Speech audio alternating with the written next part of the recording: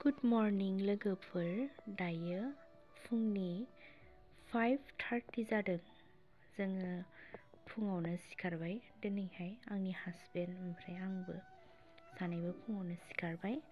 माने खोमसिया दाबो एसे दङ, बारा स्रां जाजोबाखै, थेवबो जों सानैया सानफ्रोमबो 5:30 बिदियाव सिखारो आरोना। आं ब्रास लानानै फैखाबाय, ब्रास खालामग्रोनोसै। बारा स्रां जायाखै। दानिया 5:30 बारा स्रां जाला। 6 जायोब्लासो एसे स्रां जाबोयो आरोना। दाबो एसे खोमसियानो दङ, स्रां जायाखै आरोना। थेवबो ब्रास ओरै खालामनानै लाग्रोनोसै जोङो। माने हासबेन्डआबो स्कुलाव थाङो नालाय, बेनिखायनो आङो फुङावनो सिखारनांगौ जायो आरोना लोगोफोर। दायो आङो ब्रास खालामनानै लाग्रोनोसै।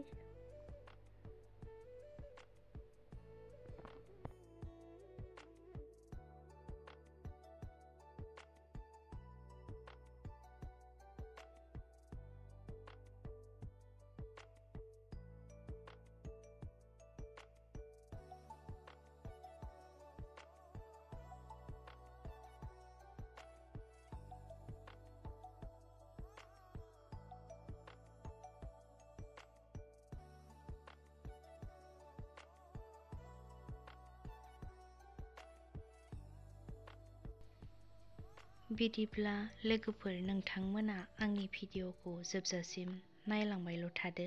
आं बारा एसेबां माने बुंलांबाय थाला, नोंथांमोना भिडिअखौ नायलांबाय थाबानो जाबाय आरोना। आं मा खालामो दिनैहाय।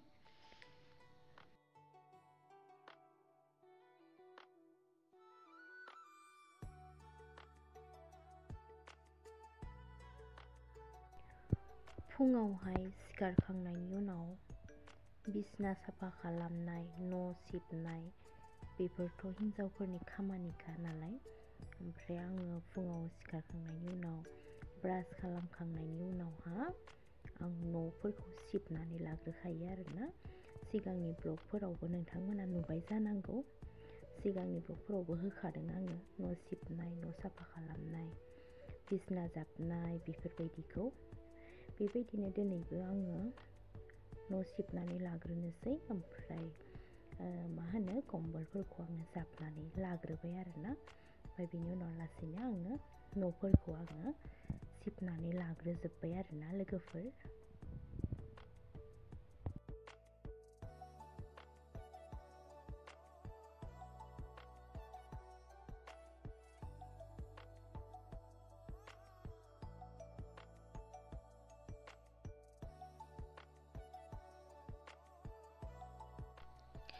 बेनि उनावहाय मैयाया माने आंनि हासबेन्डआ स्कुलाव गानलांनाय माखासे ड्रेसफोरखौ चेयाराव दोनफैदोंमोन। फुङाव सुनो सोलाबलाङासै बेस्रा, नङाब्ला सानफ्रोमबो फुङाव गावनो सुलाङो।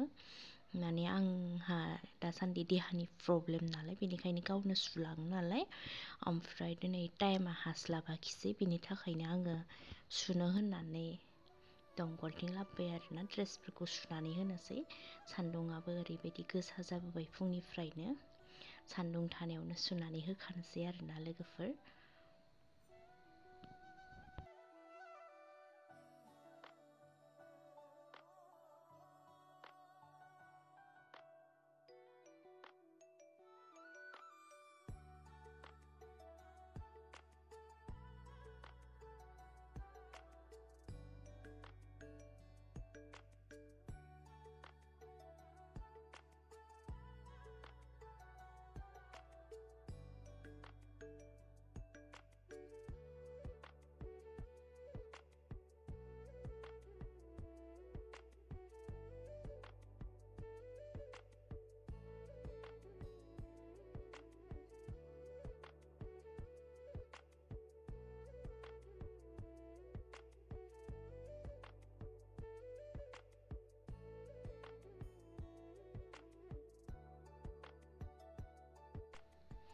बेनि उनावहाय आङो दुगैखांनानै गावनि रुमाव हाबफैफिनबाय।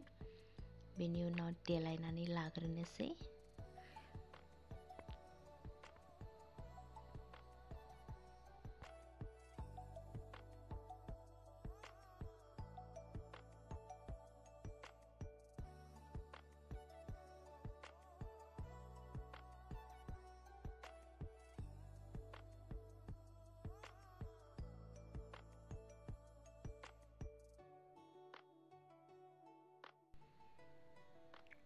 आङो नोंथांमोननो माने मोननैसो बुस्थु बिहरदोंमोन आरोना, ओमफ्राय बेखौनो आङो भिडिअनि गेजेरजों एसे देखायनो सानबाय। आङो टावेल्स बायदोंमोन, आङो गांथाम बायग्रोदों आरोना, आङो बिहरदोंमोन।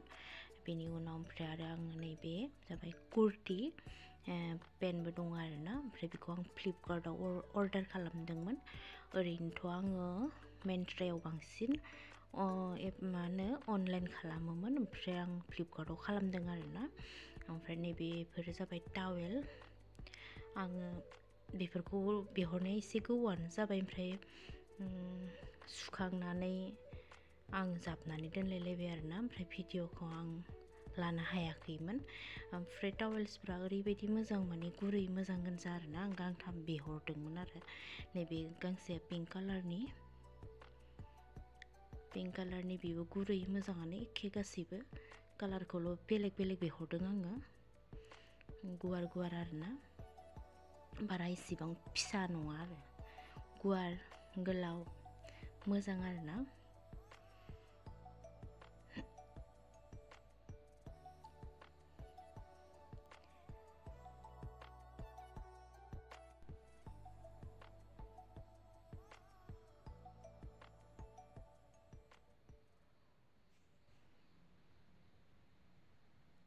ओमफ्राय बेनि उनावहाय दङ लास्ट गांसे गोमो कालारनि आरोना, ओमफ्राय बेबो मोजाङानो, एखे कालारखौल' बेलेग बेलेग बिहरदों नालाय।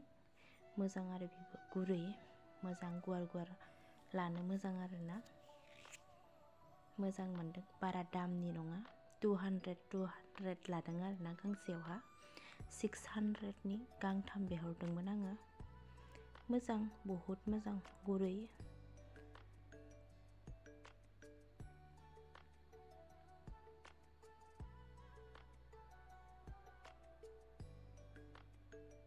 गांथामबो मोजां, आं बहुद मोजां मोनदों आरोना गांथामखौबो, कालारफोरखौबो मोजां मोजां मोनदों। बेनि उनावहाय नैबे जाबाय कुर्तिखौ आं फ्लिपकार्टआवहा अर्डार खालामदोंमोन। फ्लिपकार्टआव आं ओरैनो खालामनाय जाया, थेवबो बेखौ आङो फार्स्ट खालामदों होनबाबो गोरोन्थि जानाय नङा आरोना। मोजांखौनो मोनदों आङो सफैनाय लोगो लोगो जिखुनु ड्रेसफोरखौ आङो सुनानै लाग्रोयो। बेखौबो आङो सुनानै लाखांबायमोन आरोना। सुखांनायनि उनावसो, आं जाबना दोनखांनायनि उनावसो आङो बे भिडिअखौ लादों आरोना। जिखुनु ड्रेस बायोबा आङो अनलाइनाव जा अफलाइनाव जा, आङो बायखांनाय लोगो लोगो माने खनसे सुखांनायनि उनावसो ड्रेसफोरखौ गानो आरोना लोगोफोर। बेखौबो आङो खनसे सुखांजोब्बाय आरो गासैखौबो, ओमफ्राय जाबना दोनजोबनायनि उनावसो आं भिडिअखौ लादों आरोना। कुर्तिया ओरैबायदि मोजां, माने गुरै कटननि आरोना, आं मोजां मोनदों। ओमफ्राय पेन्टबो दङ आरोना बिनि।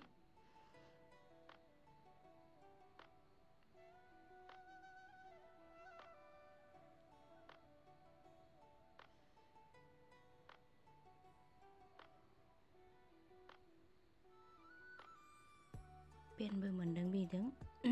ओरैनो बारा दाम लायाखै, 700 लादों।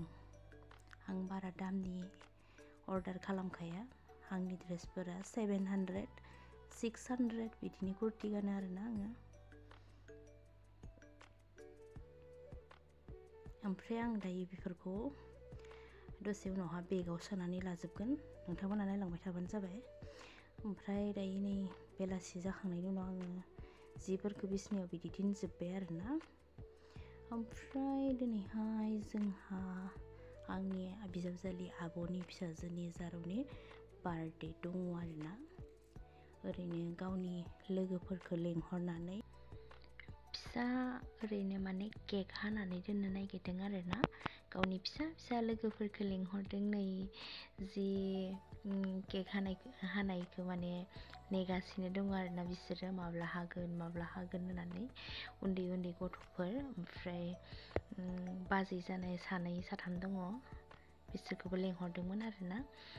ओरैनो माने केकखौ हानानै साहा बिस्कुट बिदि लोंगोन आरोना ओमफ्राय बिदि जेबो ओंखाम संनायनि जेबो माबा खालामाखै ओरैनो साहा ओरि लोंनानै दोनगोन आरोना ओमफ्राय खाथिनि बाजै जानाय बिजावजालि जानाय बिसोरखौ लेंहरदों आरोना ओमफ्राय नै बिसोर गथ' सानैया माब्ला हागोन बिदि जाबाय थादों आरोना लोगोफोर।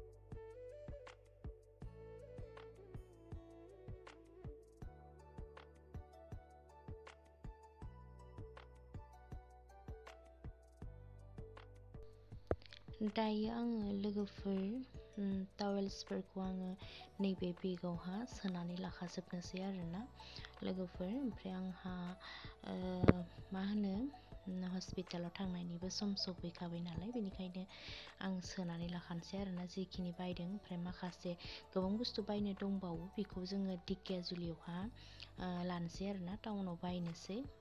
ओमफ्राय आं बिसोर गांथामखौ आन्था ओरैनो सोनानै दोनग्रोबाय आरोना ओमफ्राय नैबे प्लास्टिकआवबो आङो माखासे डक्टरनि रिपर्टसफोर दङ ओमफ्राय बेखौबो आं सोनानै लाखाजोब्बाय आरो जाहाथे उनावहा थालाङा बेनि थाखायनो आं बेखिनिखौ आङो माने रेडि खालामनानै लाखाबाय आरोना। बेफोर फिसा फिसा बुस्थुफोरा माने हुलुस्थुरजोंनो माने थालाङो नालाय बेनिखायनो आङो बेखिनिखौ आङो रेडि खालामनानै लादों आरोना।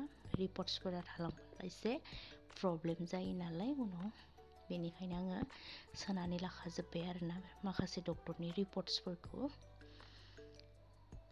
बेनि उनावहाय लोगोफोर आंनि आब'आ मा मैगं संना दोनखो नायनोसै। जों ओंखाम जानोसै मोनाखाबाय नालाय बे सानजौफुनि मैगंमोन ओमफ्राय भल आलु संबाय ओमफ्राय नैबेयाव मा दङ दालिजों दुन्दिया होनाय गुदुं गुदुं। बिदिब्ला जों लोगोफोर ओंखाम जाबाय थानोसै। जायफोर बिथांमोना आंनि भिडिअखौ नायनानै मोजां मोनो बिथांमोना आंनि भिडिअखौ लाइक खालामबानो जाबाय, शेयार खालामबानो जाबाय, साबस्क्राइब खालामबानो जाबाय। बिदिब्ला दिनैनि भिडिअ बेखिनियानो लोगोफोर, बाय बाय।